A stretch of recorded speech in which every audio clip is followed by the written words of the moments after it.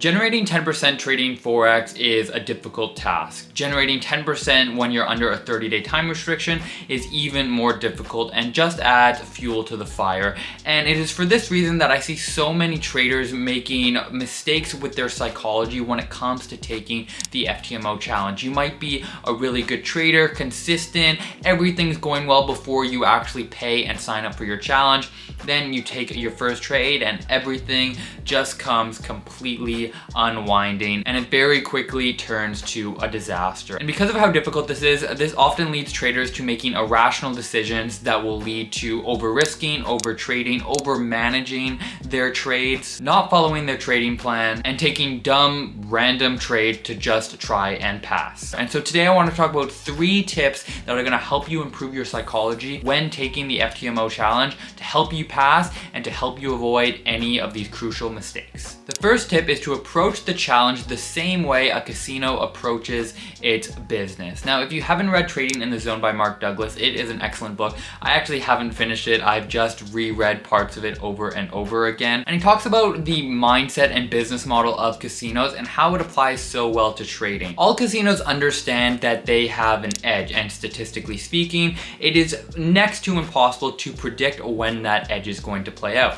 But what is known is that over time, in a large enough sample size, that edge will play out and the casino will be profitable. So all of that to say, the casino could not care less about what happened at one specific blackjack table or the next one or the one after that. And what happens this week, next week, or even next month. What the casino cares about is that their edge plays out in the long run. So what is their balance sheet looking like at the end of the year? And this applies so well to trading because you should only be taking the FTMO challenge once you have a strategy, and that strategy offers you an edge. But like the casino, you cannot predict when your edge is going to play out. If you win 65% of your trades, well, you don't know which ones are going to be a winner and which ones are going to be a loser. But you do know that in a large enough sample size, say over 1,000 trades, you will win 650 and you will lose 350. And so by not focusing on this and not adopting this mindset, the problem that you run is putting too much importance on the next trade. And it's totally understandable when we're in an FTMO challenge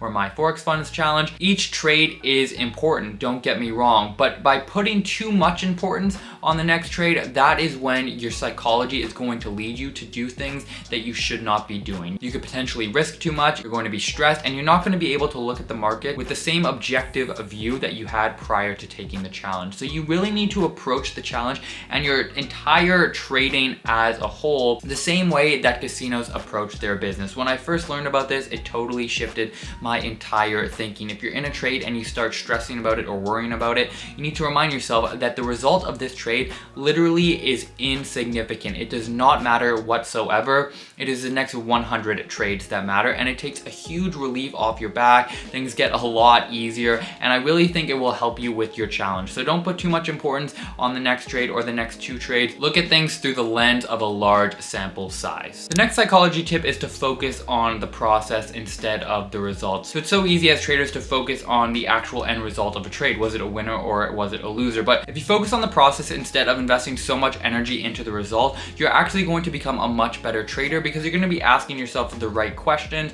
rather than just stressing about what the results are actually going to be. Now, this is not a new lesson. I did not come up with this. Some of the greatest philosophies and wisdom of all time have actually applied this to just life as a whole. Now, in the Bhagavad Gita, an excellent book, the main lesson is that you are entitled to your actions, but not the fruits of your actions. And so applying that to trading, you are entitled to the actions of your trading. You know, what trade are you going to take, doing your full strategy, charting up, absolutely everything. You're entitled to it, but once you take that trade, it is totally outside of your control, and there's literally no point in focusing on the result because you can't control it. It's the exact same thing that the Stoics say. It's the dichotomy of control. So it's about recognizing what is within your control, recognizing what is outside of your control, and then just putting all of your energy into what it is that you can control. So bringing that back to the FTMO challenge, you know, whether you pass or not, for the most part, is actually outside of your control. You can indeed control and decide what type of strategy you're going to use, what time frame you're going to trade on.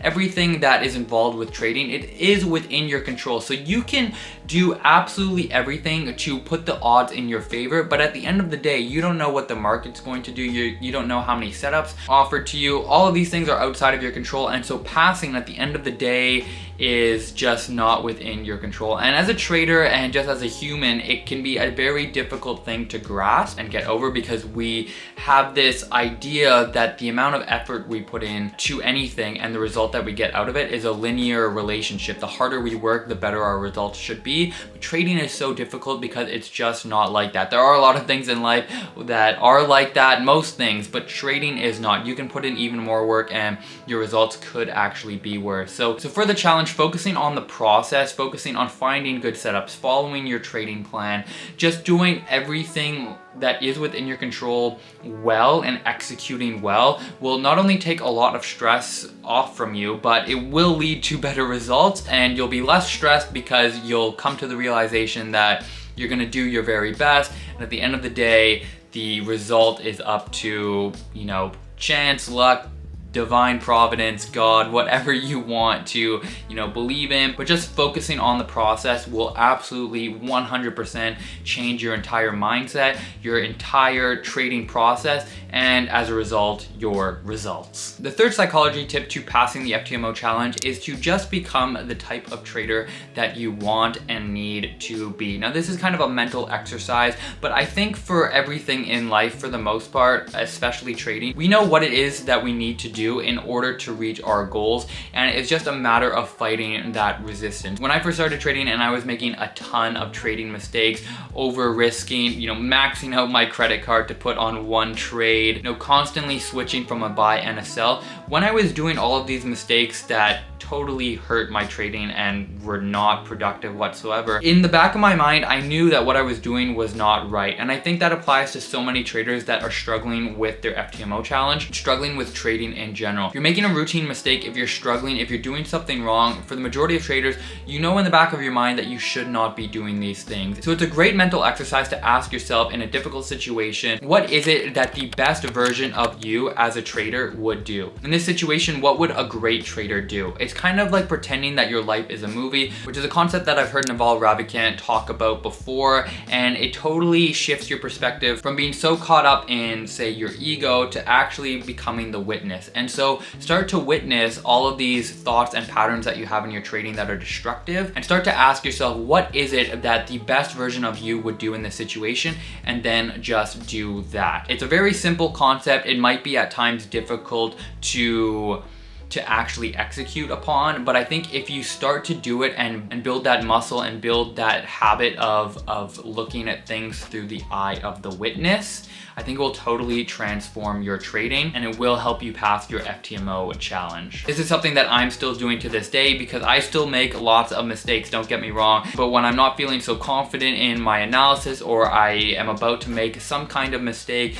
perhaps say not following my trading plan, I ask myself, what would the best version of myself do in this situation? What would a great trader do? So if there's somebody that you look up to, ask yourself, what would they do in this situation? And it should stop you from making that mistake and failing your FTMO challenge. Approach the challenge the same way a casino approaches its business. Focus on the process and just become the type of trader that you want to be. I think these are 3 really valuable tips that will help you with your psychology when doing the FTMO challenge and just your trading as a whole. I plan on making more psychology videos in the future, so you can let me know in the comment section down below something that you're struggling with or a type of psychology video that you would find valuable. I do think psychology is one of, if not the most difficult aspect of trading, and it does not get enough attention. So I hope this video helps you in your trading and when you do take a challenge. The challenge is difficult, but if you keep these tools in mind, I really think you're gonna be setting yourself up for a success, and hopefully you'll be able to pass the challenge and get yourself a funded account. If you guys are still here, you have my gratitude. I'll see you in the next video, and until then, peace.